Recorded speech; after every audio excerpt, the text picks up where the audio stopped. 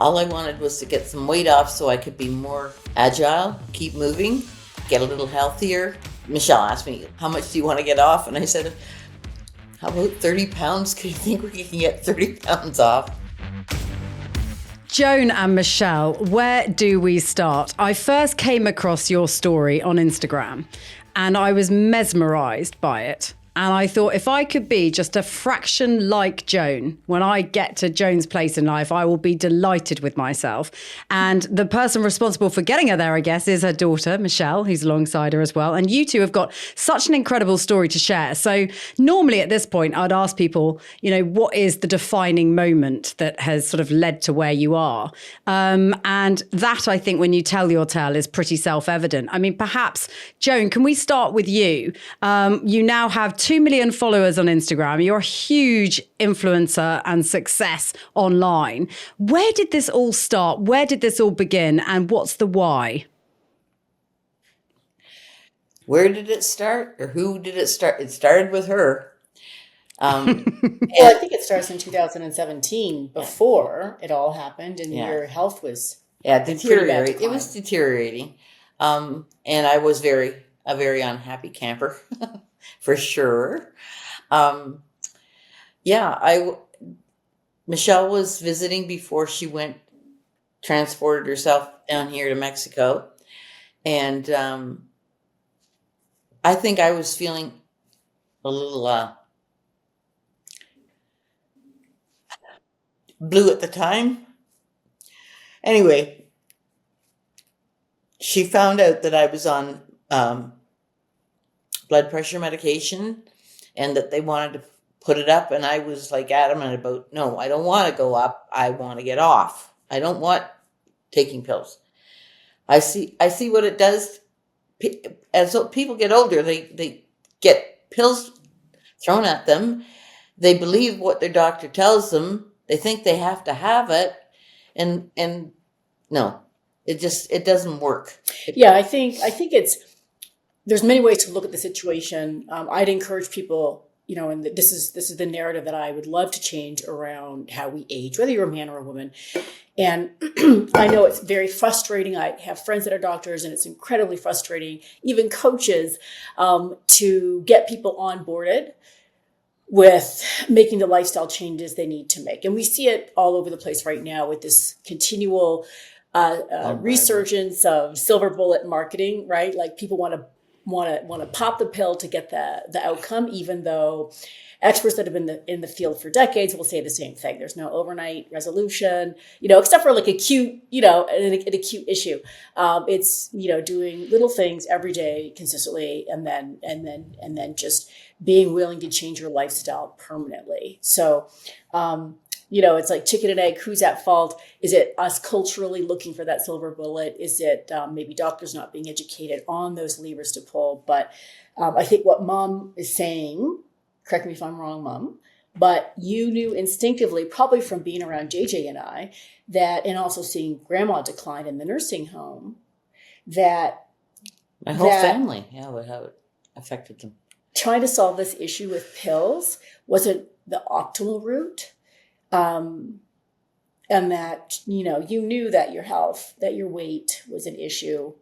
It was affecting your kidney disease. It was affecting your increased risk of cardiovascular disease. Like you knew that instinctively. Yeah. Your edema, would you have that edema if you were at a healthy weight? Probably not. No.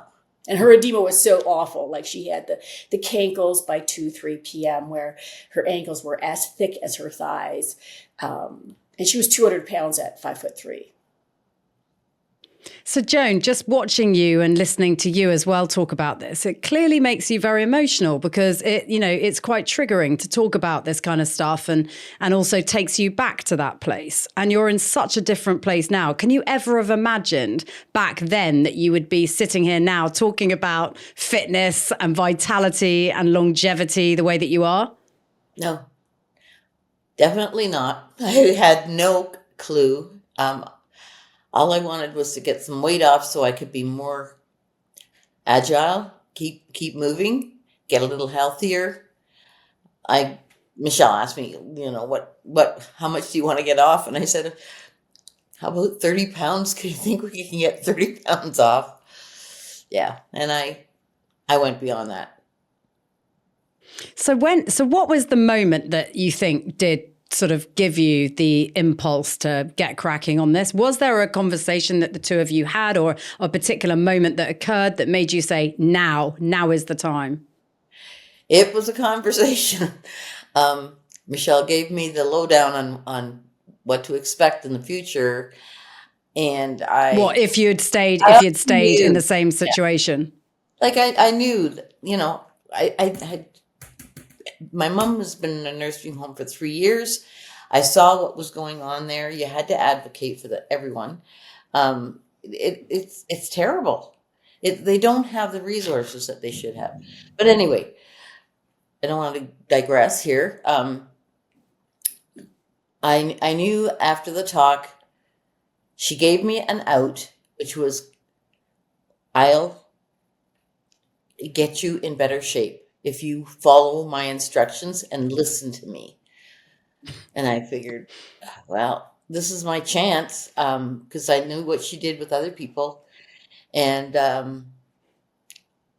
I figured, well, do or die. I've got to do it. I'm not happy now. I can't get any worse than I am. Well, I could. I could possibly die. Yeah. Did you feel it was that drastic? It was like, if I don't do something different here, then ultimately the worst could happen. Is that where you were at? I was increasing my chances of a demise a lot faster. We have longevity in the family, but that doesn't guarantee that you're going to have that as well.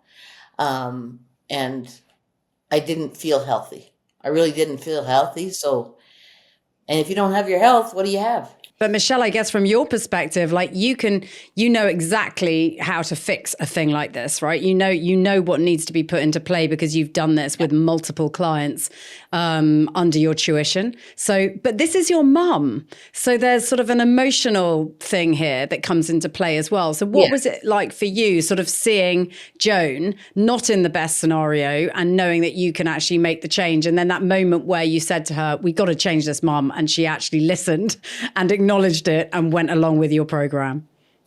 Yeah, I think for me, it was a culmination of factors. I'd been successfully transforming women at increasingly older age points for the last 5 years. I started coaching online in 2012 with transformation groups and physique athletes. I think my first athlete was actually in her 50s. And we won several pro shows together. And then seeing Joan so ill, like she was just obviously, she was in a diseased state. I mean, metabolic decline, cardiovascular disease, obesity, you name it. I mean, we didn't do a, fasting blood glucose test, but I'm sure her A1C would have been off the charts. Her inflammation was terrible and all of that.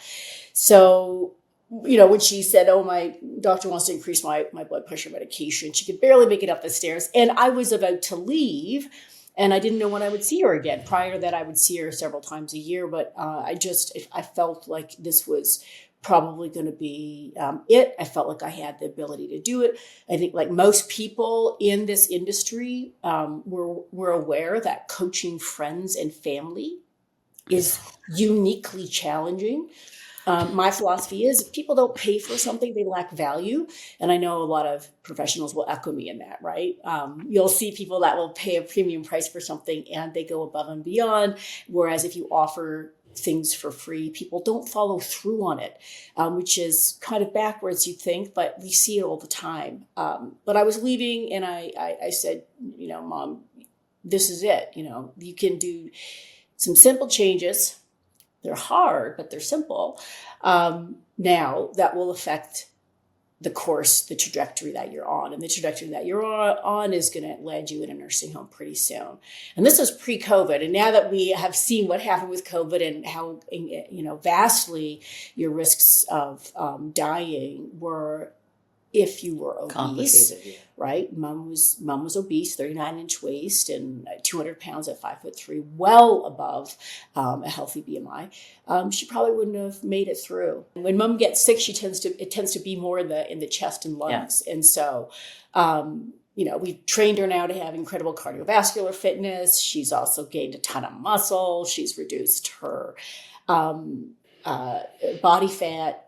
She's at a normal amount, healthy amount of body fat now, and her agility and balance and cognitive health are much, much improved. So all those markers were reversed. But at that time, it was a real make or break. So I gave her my Friday light. I call it my Friday night lights football coaching, talk, and I did everything. I felt like Tony Robbins. I was pulling on humor, science, God, religion, everything I possibly could to get her to get on board. And I think it worked. It was me having that confidence and that urgency. It was her also knowing that I was going to be gone, knowing that the support that my husband and I gave her just by being us and by being around would be gone. And it was just her dad. My dad had a drinking problem. Like most retired men of his era, struggling with retirement and having purpose and all of that. So it was a really, solipsistic life she was looking at, and the window of opportunity was narrowed to, jump or not. Yeah, when I was gone, that was it. It was just her in this small town with the winter outside going nowhere. So what did you do first? What was the first things that you put into play? Well, I knew that they were going to the gym, and I was in the car first. So I coach women in groups. I believe strongly in the power of community. I feel that it overrides, and these are tight groups. They're not just these big, loose challenges with hundreds and hundreds of people. They're very tight, small groups where accountability is high. So there's 6 pillars that I coach. It's protein-centric nutrition, muscle-centric training.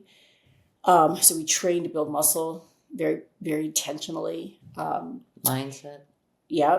Recovery, cardiovascular training, mindset work, and community. And that's all under an umbrella of accountability, high accountability, high integrity, high accountability. So mom started with that group. The group had started, so she was a little bit late. Yeah. She had to learn everything. She had to got her smartphone. She had to learn how to use apps, which is great for neuroplasticity, actually. Big challenge, right? But big rewards ultimately. Yeah, but how did that feel? So those first early sessions, there's always this other thing with joining a group of people late to the party. You feel quite intimidated walking into that setup when people have already sort of started going on that particular mission together. What did that feel like walking into those early sessions, and how did they make you feel? It was a little bit daunting because I didn't know any of these people. And I guess being Michelle's mom, and they were listening to her, they thought, oh, this is great.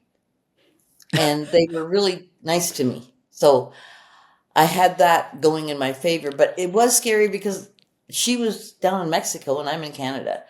And not having someone there and trying to learn the exercises we were on PDF. I had to print it out. Then I had to go back in on YouTube and watch the people that she had recommended, watch them do the exercises so I could at least see how it was done. But it's not the same as having a coach there to tweak what you're doing. And, it's just, I guess it's just good that I probably have some good genes in me to figure it out. But so as you're going through those sets of classes and everything else, did you feel, at what moment did you think, oh, I can feel like a difference here, like something's shifting, something's changing physically and also mentally? Because you've described, your past existence as you were feeling blue, you were feeling sad. Like, when did you feel the physical and mental shift started to happen? And did one come before the other, or did they come together? I think they kind of came together. A lot of times I wanted to throw the towel in because wasn't sure I was doing anything right.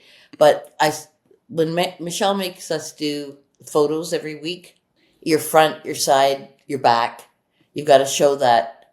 And I don't know how many times I had to take pictures over and over and over again because they looked awful. But it was the measurements were really the key, because as you're taking the measurements, I was changing every week. It was just a little bit, like maybe a quarter of an inch or something like that. Just a quarter of an inch. But it adds up. And then I went to try on, I think it was the second month or something, a pair of jeans that I had bought before I started packing on the weight that I couldn't get into. Let's see how they fit. I could get my whole arm down the front of it. So I'm going, wow, like the scale doesn't show that much change, but the measurements did. Like it was just like eye-opening, and it made me very curious. Like, and because she was trying to feed me more than I could handle at the time. By the second month, I was getting hungry. Probably the third month. Yeah, in the third month is when I saw you and told you, I think I could use some more food. And so she upped it a bit. But it was like, like getting that concept in your mind, thinking, okay, this doesn't make any sense that you can eat more and lose weight. Although I would want to caveat that, because it sounds... I was going to ask you too. It's not quite what's happening. And I certainly I am not one of those coaches that is going to say, you should be eating more food and that's the secret to losing weight. I think that's absolute BS. So I would want to unpack that a little bit. But I think that's the high degree of accountability that, we know the research is there. The people that lose weight and keep it off are the ones that, what gets measured gets managed, right? So they're the people that are actually measuring somehow what they're eating, and somehow you got to measure your body, right? Whether it's jumping on the scale, or I ask the gals to measure their metrics, because I always like to say, like, we're not a fat loss company where we build muscle. We focus on body composition. So I'm trying to educate women to think more of their muscle mass, their bone health, their cardiovascular health, their ability to like stay agile and mobile, and be strong, mentally strong and physically strong. So we look at the metrics too, and that's done on every single day. When you start out, you take your metrics, you get up, and it's a habit. You step on the scale, then you take your waist, hip, and thigh.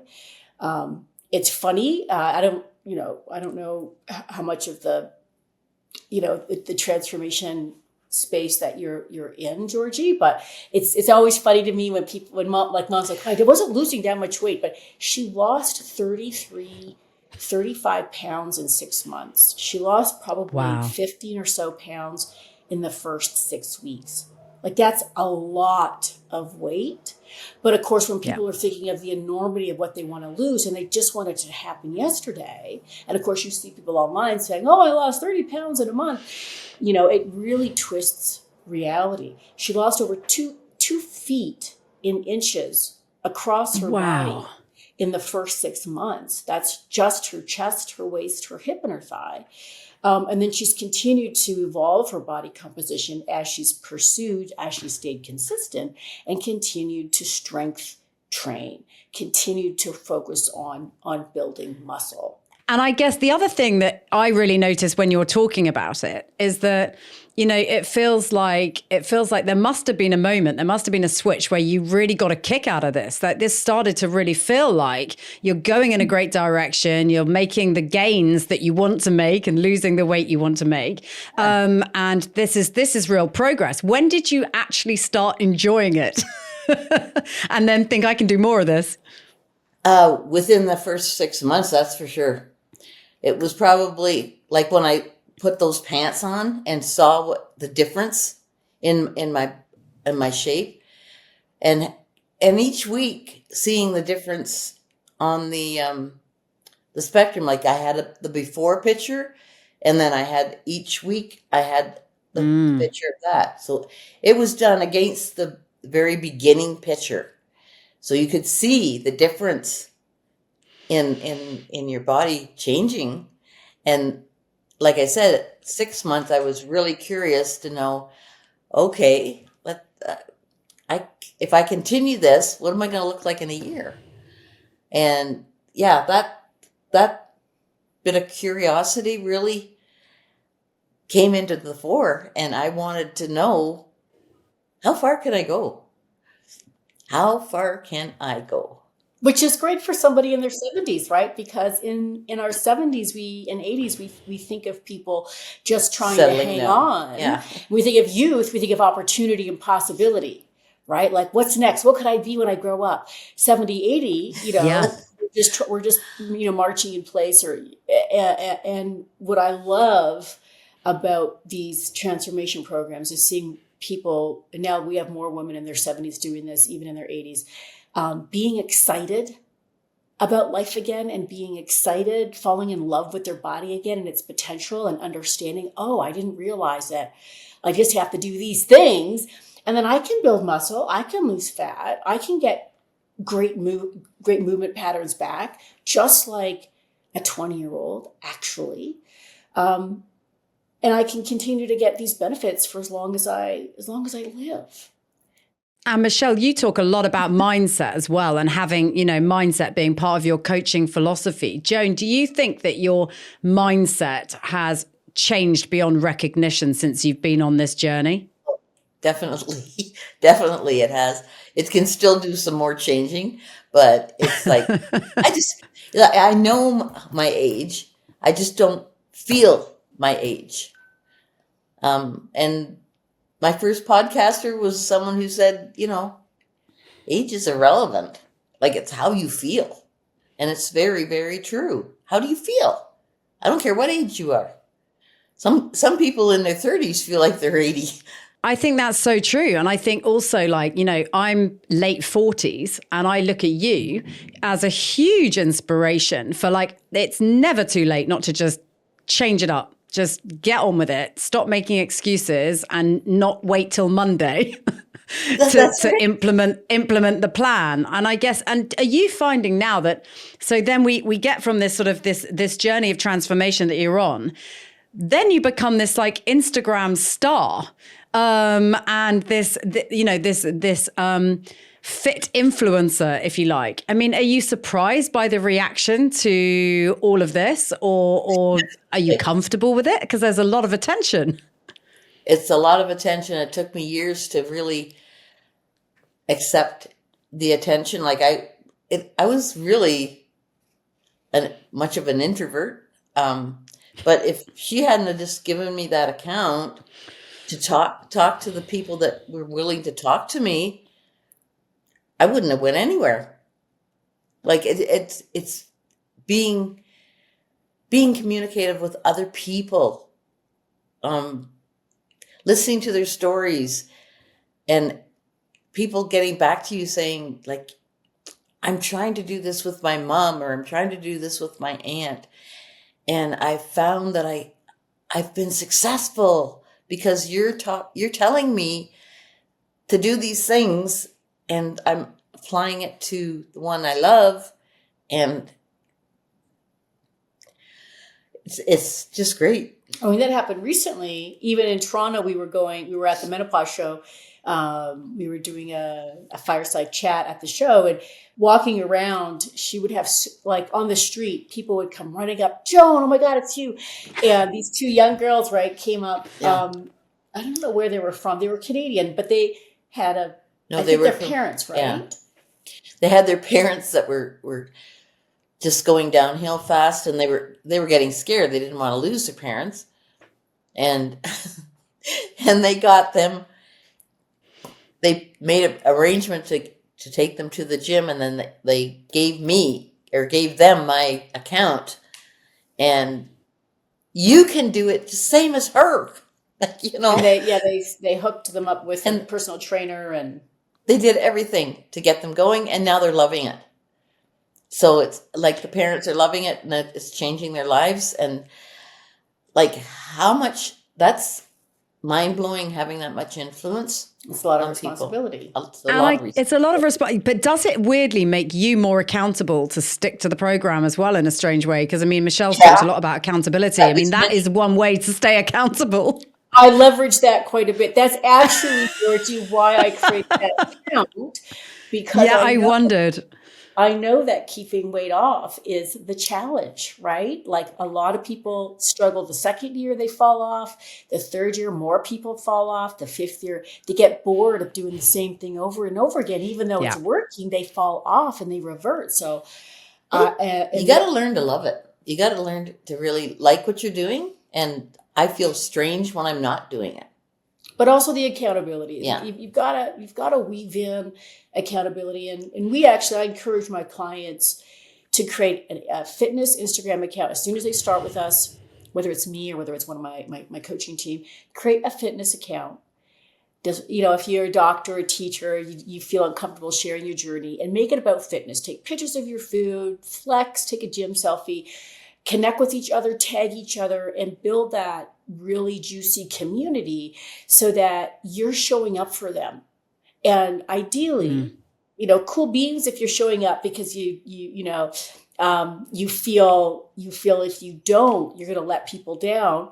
But even better if you can flip that into a positive, I call it a pull, where you're showing up because you know that will create that ripple effect, and somebody else is going to get uplifted to do the thing, do the food, right? Control the nutrition, go to the gym, do the cardio, do the steps, whatever it is, control your recovery because you posted, or she did it, I can do it too.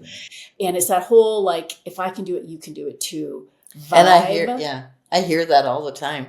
People saying to one another, like, if you could do it, I can do it. And other people that are on Instagram are using the same catchphrase. I didn't even know it was a catchphrase. I just, if I can do it, you can, because I didn't think I could do it really, but I had a little bit of faith in myself and I put it to use. Thank God. Now you know what you know about the journey you've been on. And I think it's part of your USP, right? That you are where you are in your life and that you've managed to create this incredible transformation. But privately, personally, do you wish you'd done it earlier? Oh, yeah. But I wouldn't have had the effect I have now. You know that. It's because it's an older person actually doing it. If I'd done it in my 50s, it would be just another person. The actual age is a factor. Age is relevant. Age is relevant in a sense. Yeah. It's all about attitude, not age. It's all about attitude.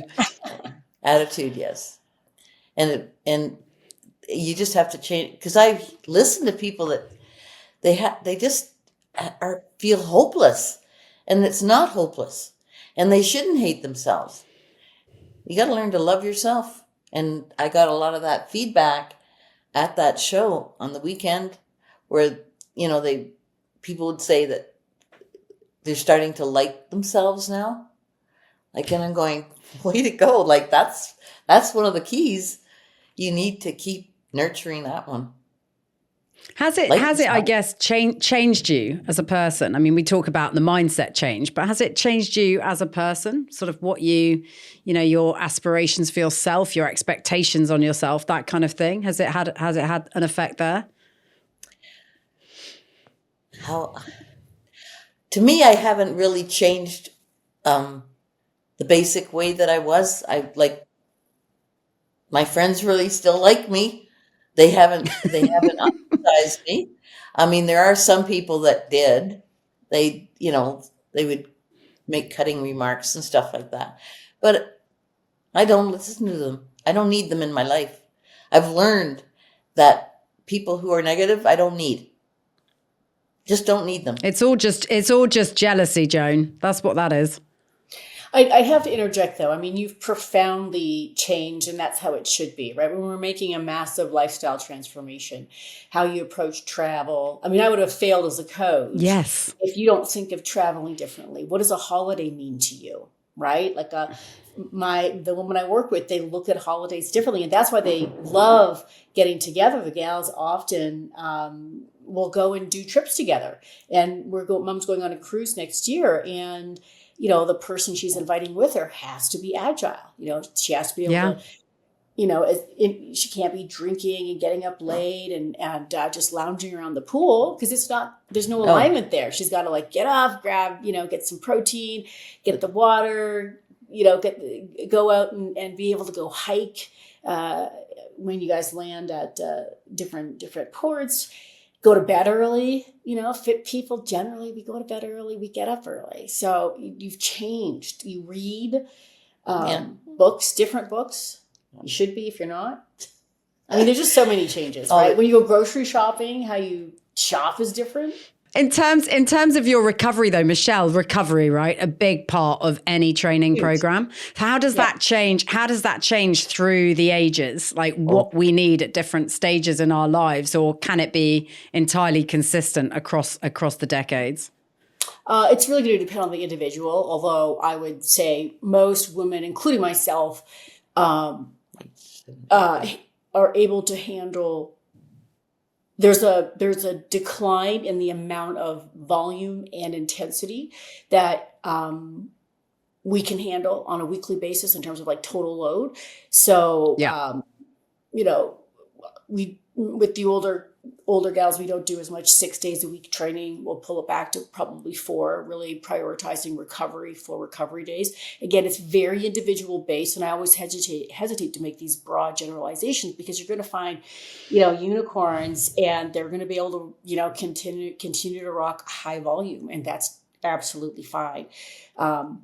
Genetics plays a huge part in that. But I think training gals too to really understand recovery, not just in terms of sleep, but also how you're managing your stress, interoception, right? Noticing the state you're in, emotional, physical state, and then being able to kind of zoom out and decide, what can I take out? Do I need to pour into myself here? Do I need to pull back on my schedule?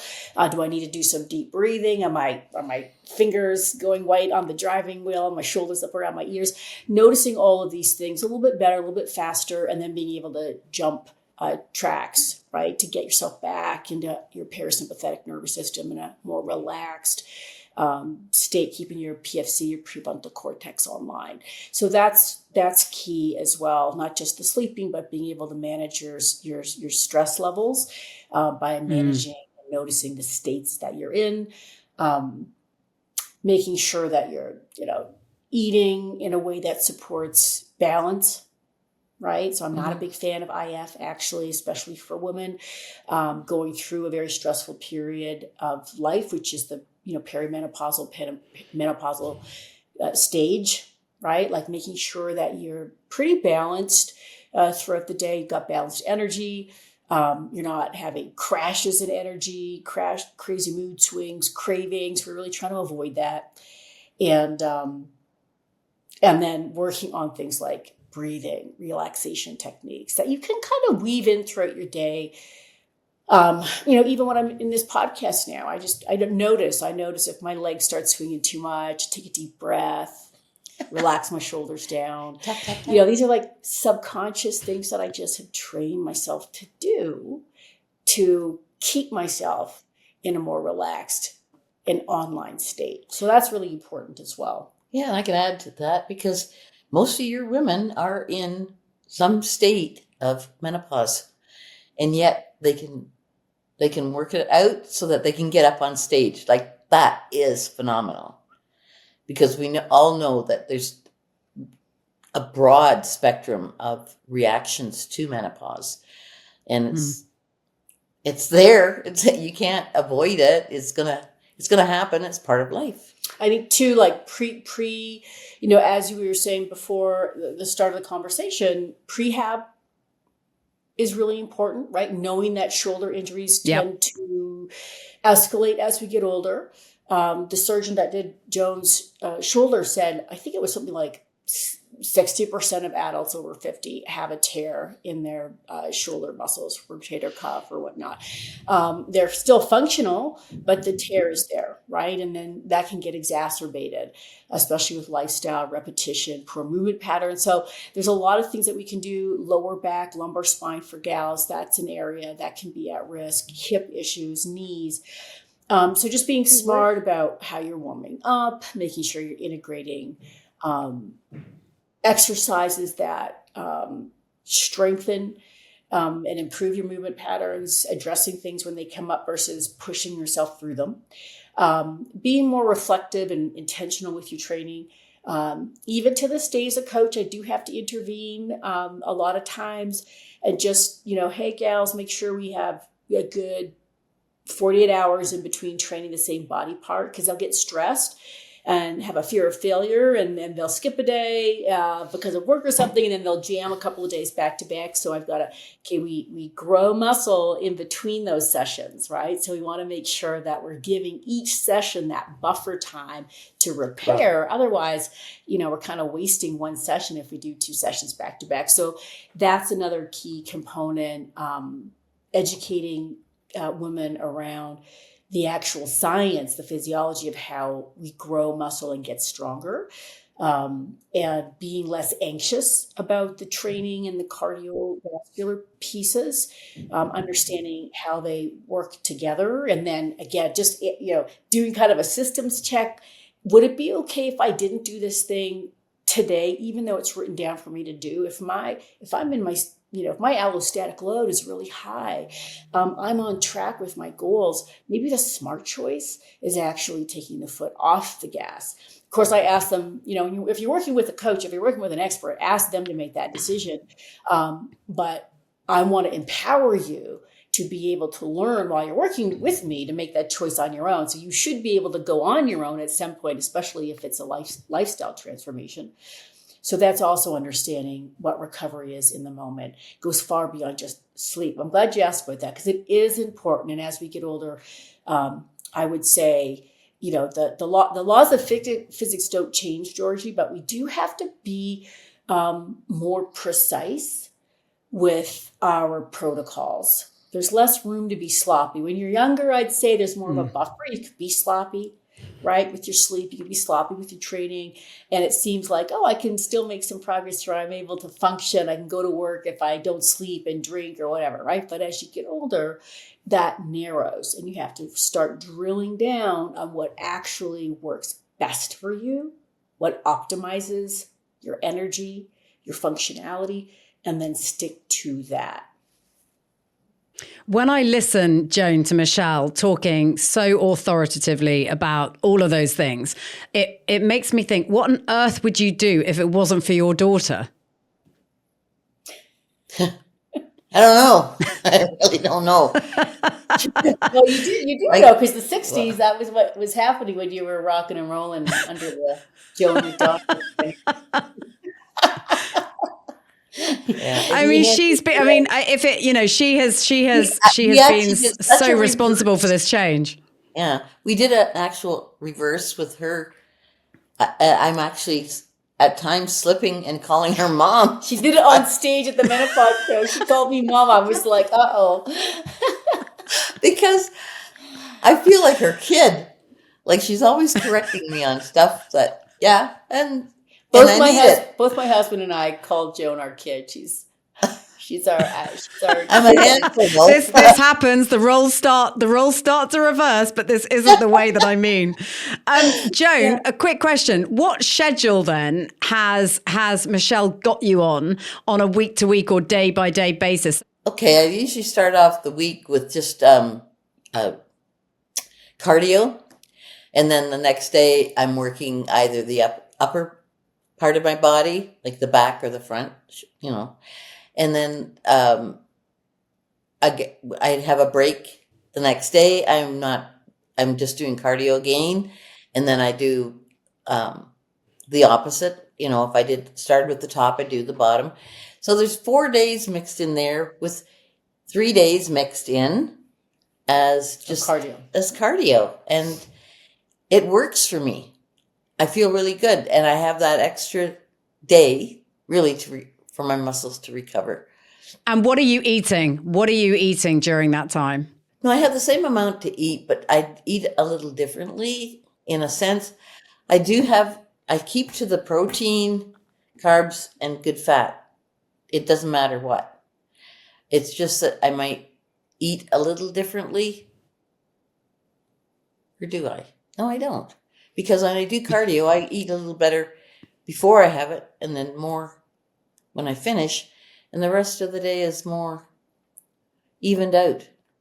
I don't know if that answered your question, so I'm going to jump in a little bit. I would like to give people some good take-home strategies. So we do a macro-based nutrition coaching. So we don't give people meal plans per se, where we're going to hand you a piece of paper and it's going to say have 2 cups of broccoli, 3 ounces of chicken, a cup of green peppers, and a tablespoon of oil. Again, this is about empowerment. So we actually tell you what macronutrients we want you to hit to have a balanced meal according to your goals. And then you have the authority to go and build your plate based on your personal palate. Now, we do guide people in the beginning. We give them a list of recommended foods, and it's pretty much whole foods based, although we're not, we don't have any kind of, food restrictions, do's and don'ts other than trans fats, kind of avoid trans fats and make sure you're getting your 25 grams of fiber daily as a woman into your diet. So they'll generally eat, depending on how much they weigh, anywhere from 20 to 40 grams of protein per meal. We've got clients that are 5'11", quite big. And gals that are 4'11", quite small. So anywhere from 20 to 40 grams of protein per meal. And that's sourced from all foods, right? So not just from, animal protein, but that's, you can have protein contributing from dairy, from grains, a lot of protein in wheat products like breads and pastas, your vegetables, your produce as well, nuts, they can have protein in them. So the total protein that's in all of the foods for that meal. Carbohydrates are just starches. They're also your produce like fruits and vegetables. We really encourage eating a lot of vegetables just for the micronutrients and fiber. And then fats, right? So fats can be in protein, right? There's fats in chicken, there's fat in meat, obviously. For vegetarians, there might be fat in your protein sources, like tofu, for example, has a great degree of fat. And then there's refined fats like your oils or fats and things like avocados and nuts. So we can encourage gals, though, to start thinking of creating these balanced meals where you're having your protein, carbs, and fats in a single meal versus traditional food, where you could have breakfast that is almost all carbs and hardly any protein, or a dinner that's almost all protein and fat and hardly any carbs. So really starting to think differently about how you're creating these meals in a more balanced way, better for blood sugar, better for digestion, better for your gut biome. For most people, they're just gonna feel better having a balanced meal in terms of how they're feeling energetically 1, 2, 3 hours afterwards. Whatever you're doing the most remarkable job, both of you, in raising awareness of all these things that are so important as women and as we age, and really sort of inspiring people of my age, but also people of your own age, I'm sure, to just get on with it and not hang about. So thank you so much for speaking to me. I really appreciate it. You are my ultimate performance person, Joan. Okay. I guess I'm better performing. I've been out. Congratulations, though. It's amazing. Really brilliant. Thank you. Thank you.